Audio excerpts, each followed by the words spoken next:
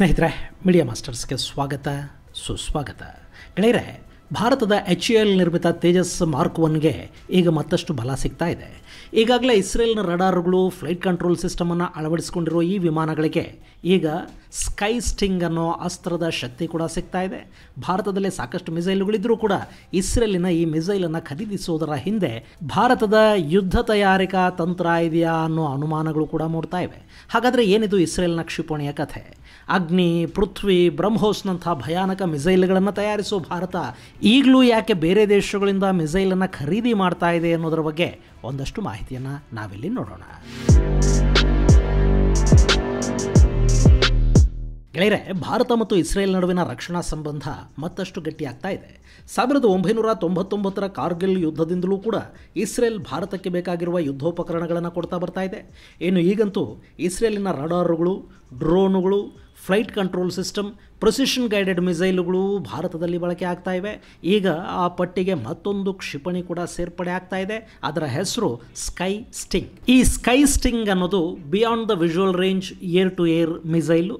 ಇದನ್ನು ಯುದ್ಧ ವಿಮಾನಗಳಿಗೆ ಅಳವಡಿಸಿ ಶತ್ರುಗಳ ಮೇಲೆ ದಾಳಿ ಮಾಡೋದಕ್ಕೆ ಬಳಸಲಾಗುತ್ತೆ.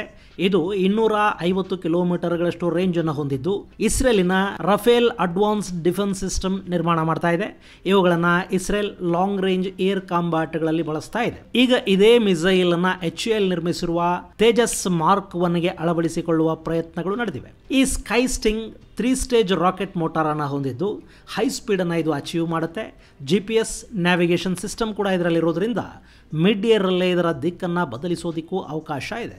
ಇನ್ನು ಇದರಲ್ಲಿ ಹೈ ಎಕ್ಸ್ಪ್ಲೋಸಿವ್ಗಳನ್ನು ಕ್ಯಾರಿ ಮಾಡಬಹುದಾಗಿದ್ದು ಸದ್ಯಕ್ಕೆ ಇದನ್ನು ಇಸ್ರೇಲ್ ಬಳಸ್ತಾ ಇದೆ. ಹಾಗೆಯೇ ಭಾರತ ಇದನ್ನು ಖರೀದಿ ಮಾಡಿದ ನಂತರ ಕೂಡ ಅದರ ಒಂದಷ್ಟು ಪರೀಕ್ಷೆಗಳು ಇಲ್ಲೂ ನಡೆಯುತ್ತವೆ.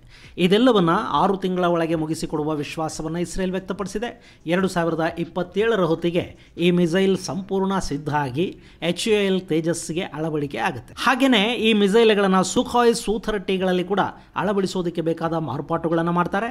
ಆ ಮೂಲಕ ಭಾರತಕ್ಕೆ ಅತ್ಯಗತ್ಯವಾಗಿ ಬೇಕಾಗಿರುವ ಮಿಸೈಲ್ಗಳನ್ನು ಭಾರತದಲ್ಲೇ ತಯಾರು ಮಾಡೋದರ ಜೊತೆಗೆ ಬೇರೆ ಬೇರೆ ಕಡೆಗಳಿಂದ ತರಿಸಿಕೊಳ್ಳುವ, ಆಯುಧ ಬತ್ತಳಿಕೆಯಲ್ಲಿ ವೈವಿಧ್ಯತೆಯನ್ನು ಕಾಪಾಡಿಕೊಳ್ಳುವ ಕೆಲಸವನ್ನು ಕೂಡ ಭಾರತ ಮಾಡ್ತಾ ಇದೆ. ಇಲ್ಲಿ ಭಾರತದ ಈ ನಡೆಯ ಹಿಂದೊಂದಷ್ಟು ಕಾರಣಗಳು ಇವೆ. ಭಾರತದಲ್ಲಿ ಬಿಯಾಂಡ್ ದ ವಿಜುವಲ್ ರೇಂಜ್ನ ಸ್ವದೇಶಿ ಮಿಸೈಲ್ ಇದೆ. ಅಸ್ತ್ರ ಮಾರ್ಕ್ 1 ಅನ್ನೋದು ನಮ್ಮ beyond the visual range missile. ಇದು ಏರ್ ಟು ಏರ್ ಮಿಸೈಲ್ ಅಂತ ಗುರುತಿಸ್ಕೊಂಡಿದೆ. ಆದರೆ ಅದರ ರೇಂಜು ಸದ್ಯಕ್ಕೆ 100 ಕಿಲೋಮೀಟರ್ಗಳು ಮಾತ್ರ. ಭಾರತಕ್ಕೆ ಅದಕ್ಕಿಂತಲೂ ಹೆಚ್ಚು, ಅಂದರೆ ಕನಿಷ್ಠ 200 ಕಿಲೋಮೀಟರ್ಗಳಷ್ಟು ರೇಂಜಿನ BVR ಮಿಸೈಲ್ ಬೇಕು. ಹೀಗಾಗಿನೇ ಭಾರತ ಅಸ್ತ್ರ ಮಿಸೈಲ್ನ ಮಾರ್ಕ್ 3 ಬಗ್ಗೆ ಯೋಚಿಸ್ತಾ ಇದೆ. ಅದು ಸರಿಸುಮಾರು 200 ಕಿಲೋಮೀಟರ್ ರೇಂಜನ್ನು ಹೊಂದಿರುತ್ತೆ. ಈ ಮೂಲಕ ಭಾರತಕ್ಕೆ ಬೇಕಾಗಿರುವ ಮಿಸೈಲ್ ಸಿದ್ಧ ಆಗುತ್ತೆ. ಆದರೆ ಅದರ ತಯಾರಿ ನಿಧಾನ ಆಗ್ತಾ ಇದೆ. ಈಗಿನ ಲೆಕ್ಕಾಚಾರಗಳ ಪ್ರಕಾರ ಅಸ್ತ್ರ ಮಾರ್ಕ್ 3 ಸಂಪೂರ್ಣವಾಗಿ ಸಿದ್ಧ ಆಗಿ ಅದು ಸೇನೆಯನ್ನು ಸೇರೋದಕ್ಕೆ ಕನಿಷ್ಠ ಅಂದರೂ ಇನ್ನು 4 ವರ್ಷಗಳು ಬೇಕು. ಸೊ 2029ರ ಹೊತ್ತಿಗೆ ಆ ಮಿಸೈಲ್ ವಾಯುಪಡೆಗೆ ಸಿಗಬಹುದು. ಅಲ್ಲಿವರೆಗೆ ಭಾರತೀಯ ವಾಯುಪಡೆಗೆ ಬೇಕಾಗಿರುವ BVR ಮಿಸೈಲ್ಗಳ ಕೊರತೆಯನ್ನು 100 ಕಿಲೋಮೀಟರ್ ರೇಂಜ್ನ ಅಸ್ತ್ರ ಮಾರ್ಕ್ 1 ಪೂರೈಸಬೇಕು. ಇನ್ನು ಅಸ್ತ್ರ ಮಾರ್ಕ್ 2 ಕೂಡ ಸಿದ್ಧವಾಗ್ತಾ ಇದೆ. ಅದು 160 ಕಿಲೋಮೀಟರ್ ರೇಂಜನ್ನು ಹೊಂದಿದೆ. ಆದರೆ ಅದು ಇನ್ನೂ ಅಂತಿಮ ಪರೀಕ್ಷೆಗಳನ್ನು ಮುಗಿಸಿ ಪ್ರೊಡಕ್ಷನ್ ಹಂತಕ್ಕೆ ಹೋಗೋದು ಬಾಕಿ ಇದೆ. ಅದಕ್ಕೂ ಇನ್ನು 2 ವರ್ಷ ಬೇಕಾಗುತ್ತೆ. ಹೀಗಾಗಿ ಭಾರತ BVRMಗಳನ್ನು ಖರೀದಿ ಮಾಡುವ ಮನಸ್ಸು ಮಾಡ್ತಾ ಇದೆ.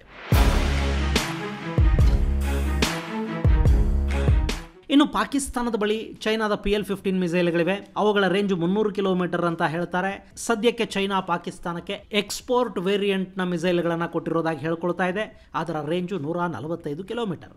ಇನ್ನು ಆಪರೇಷನ್ ಸಿಂಧೂರ್ ಸಮಯದಲ್ಲಿ ಪಾಕಿಸ್ತಾನ ಬಳಸಿದ PL-15 ಮಿಸೈಲ್ಗಳನ್ನು ಭಾರತ ಹೊಡೆದು ಕೆಡವಿತು. ಅದರಲ್ಲೊಂದಷ್ಟು ಗುರಿ ಕೂಡ ತಲುಪದೆ ಹಾಗೆ ಕೆಳಗೆ ಬಿದ್ದಿವೆ. ಇನ್ನು ಸಿಂಧೂರ್ ಕಾರ್ಯಾಚರಣೆಯಲ್ಲಿ ಭಾರತ ಪಾಕಿಸ್ತಾನದ ವಿರುದ್ಧ ರಫೇಲ್ನ ಮಿಟಿಯೋರ್ ಮಿಸೈಲ್ಗಳನ್ನು ಬಳಕೆ ಮಾಡಿತು. ಅದರ ರೇಂಜು 200 ಕಿಲೋಮೀಟರ್ ಆಗಿತ್ತು. ಸೊ ಇದೆಲ್ಲವನ್ನು ಗಮನಿಸಿದರೆ ಭಾರತಕ್ಕೆ 200 ಕಿಲೋಮೀಟರ್ ಹಾಗೂ ಅದಕ್ಕಿಂತ ಹೆಚ್ಚಿನ ರೇಂಜನ್ನು ಹೊಂದಿರುವ ಬಿಯಾಂಡ್ ದ ವಿಜುವಲ್ ರೇಂಜ್ ಮಿಸೈಲ್ಗಳ ಅವಶ್ಯಕತೆ ತುಂಬಾ ಇದೆ.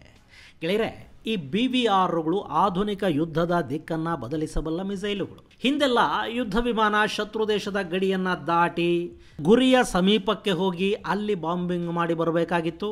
ಹಾಗೆ ಶತ್ರು ಯುದ್ಧ ವಿಮಾನಗಳನ್ನು ಹೊಡೆದು ಕೆಡುವುದಕ್ಕೆ ಡಾಗ್ ಫೈಟ್ನಂಥ ಸರ್ಕಸ್ಸನ್ನು ಮಾಡಬೇಕಾಗಿ ಬರ್ತಾ ಇತ್ತು. ಆದರೆ ಈ BVRಗಳು ಬಂದ ಮೇಲೆ ಅದರ ಅಗತ್ಯ ಕಾಣ್ತಾ ಇಲ್ಲ. ಜಸ್ಟ್ ವಾಯುನೆಲೆಯಿಂದ ಮೇಲಕ್ಕೆ ಹಾರುವ ಯುದ್ಧ ವಿಮಾನ ತನ್ನದೇ ವಾಯು ಪ್ರದೇಶದಲ್ಲಿ ನಿಂತು ಈ BVR ಮಿಸೈಲನ್ನು ಶತ್ರುಗಳ ಟಾರ್ಗೆಟ್ ಕಡೆಗೆ ಫೈರ್ ಮಾಡಿದರೆ ಸಾಕು, ಅದು ತಲುಪಬೇಕಾದ ಕಡೆಗೆ ಸೀದಾ ಹೋಗಿ ತಲುಪುತ್ತೆ.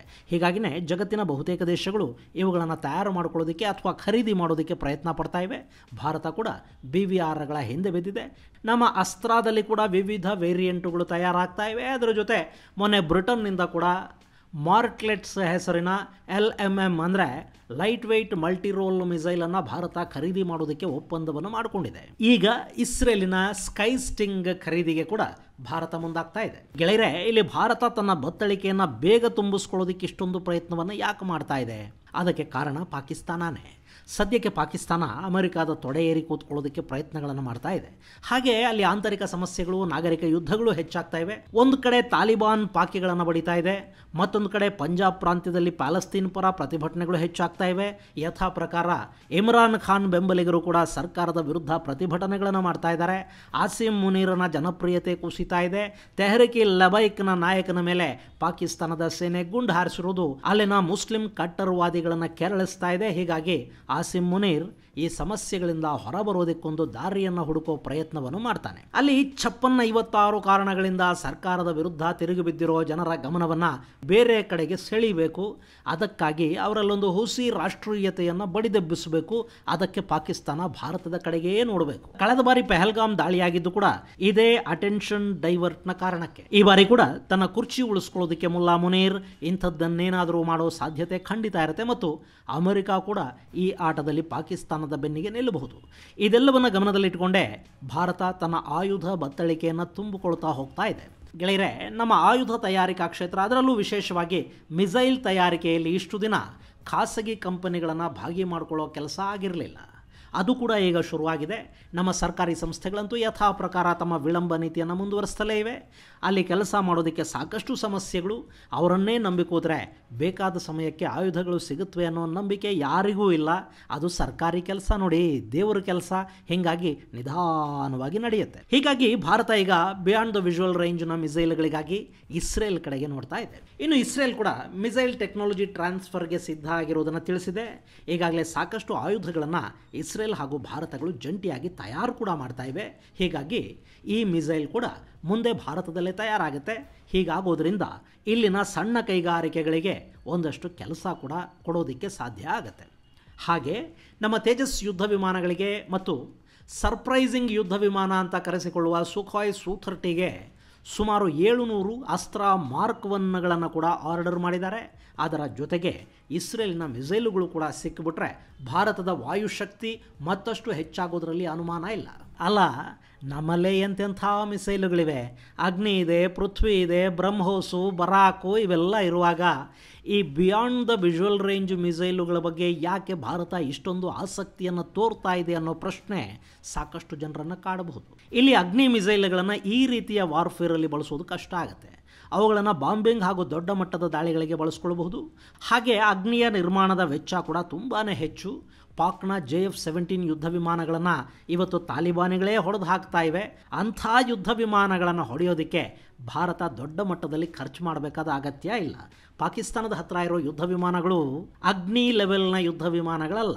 ಹೀಗಾಗಿ ಕಡಿಮೆ ಖರ್ಚಲ್ಲಿ ಹೆಚ್ಚು ಕಾರ್ಯದಕ್ಷತೆಯ ಮಿಸೈಲ್ಗಳನ್ನು ಬಳಸೋದರ ಮೂಲಕ ಭಾರತ ಇಲ್ಲಿ ಆರ್ಥಿಕವಾಗಿ ಕೂಡ ಹೆಚ್ಚು ಹೊರೆ ಬೀಳದ ಹಾಗೆ ನೋಡ್ಕೋಬೇಕು ಮತ್ತು ಪಾಕಿಸ್ತಾನದಂಥ ದೇಶದ ವಾಯುಶಕ್ತಿಯ ವಿರುದ್ಧ ಸುಲಭವಾಗಿ ಮೇಲುಗೈಯನ್ನು ಕೂಡ ಸಾಧಿಸಬೇಕು. ಇನ್ನು ಪಾಕಲ್ಲಿರೋದು ಚೈನಾದ ಆಯುಧಗಳೇ ಆಗಿರೋದ್ರಿಂದ ಅವುಗಳ ವಿರುದ್ಧ ಭಾರತ ಮೇಲುಗೈ ಸಾಧಿಸಿದರೆ ಚೈನಾದ ವಿರುದ್ಧ ಭಾರತದ ಕೈ ಮೇಲಾಗ್ತಾ ಇದೆ ಅಂತಲೇ ಜಗತ್ತದನ್ನು ಭಾವಿಸುತ್ತೆ. ಹೀಗಾಗಿನೇ ಭಾರತ ತಾನು ಕ್ಷಿಪಣಿಗಳನ್ನು ನಿರ್ಮಿಸಿಕೊಳ್ಳೋದರ ಜೊತೆಗೆ ಆಪತ್ಕಾಲದಲ್ಲಿ ಜೊತೆಗಿರುವ ಮಿತ್ರರನ್ನೂ ಹುಡುಕ್ತಾ ಇದೆ. ಬ್ರಿಟನ್ನ ಜೊತೆ ಕೂಡ ಮಿಸೈಲ್ ಖರೀದಿ ಒಪ್ಪಂದಗಳಾಗಿವೆ. ಹಾಗಂತ ಬ್ರಿಟನ್ ಎಲ್ಲ ಟೈಮಲ್ಲೂ ಭಾರತದ ಜೊತೆ ನಿಲ್ಲುತ್ತೆ ಅನ್ನೋ ನಂಬಿಕೆ ಇಲ್ಲ. ಸೊ ಭಾರತ ರಷ್ಯಾ ಮತ್ತು ಇಸ್ರೇಲ್ಗಳನ್ನು ಬಿಟ್ಟುಕೊಡ್ತಾ ಇಲ್ಲ. ಇಲ್ಲಿ ಭಾರತ ಇಸ್ರೇಲ್ನಿಂದ ಮಿಸೈಲ್ಗಳನ್ನು ಖರೀದಿ ಮಾಡಿದರೂ ಕೂಡ ಅವುಗಳ ಮ್ಯಾನುಫ್ಯಾಕ್ಚರಿಂಗ್ ಮುಂದಿನ ದಿನಗಳಲ್ಲಿ ಭಾರತದಲ್ಲೇ ಆಗುತ್ತೆ. ಸೊ ಇದು ಮೇಕ್ ಇನ್ ಇಂಡಿಯಾ ಇನಿಷಿಯೇಟಿವ್ನ ಭಾಗ ಕೂಡ ಆಗುತ್ತೆ. ಇದು ಗೆಳೆಯರೆ ಭಾರತ ಇಸ್ರೇಲಿನ ಸ್ಕೈಸ್ಟಿಂಗ್ ಮಿಸೈಲನ್ನು ಖರೀದಿ ಮಾಡ್ತಾ ಇರೋದರ ಕುರಿತಾದ ಒಂದಷ್ಟು ಮಾಹಿತಿ. ಮುಂದಿನ ಸಂಚಿಕೆಯಲ್ಲಿ ಮತ್ತಷ್ಟು ವಿಶೇಷಗಳ ಜೊತೆ ಮತ್ತೆ ಭೇಟಿಯಾಗೋಣ.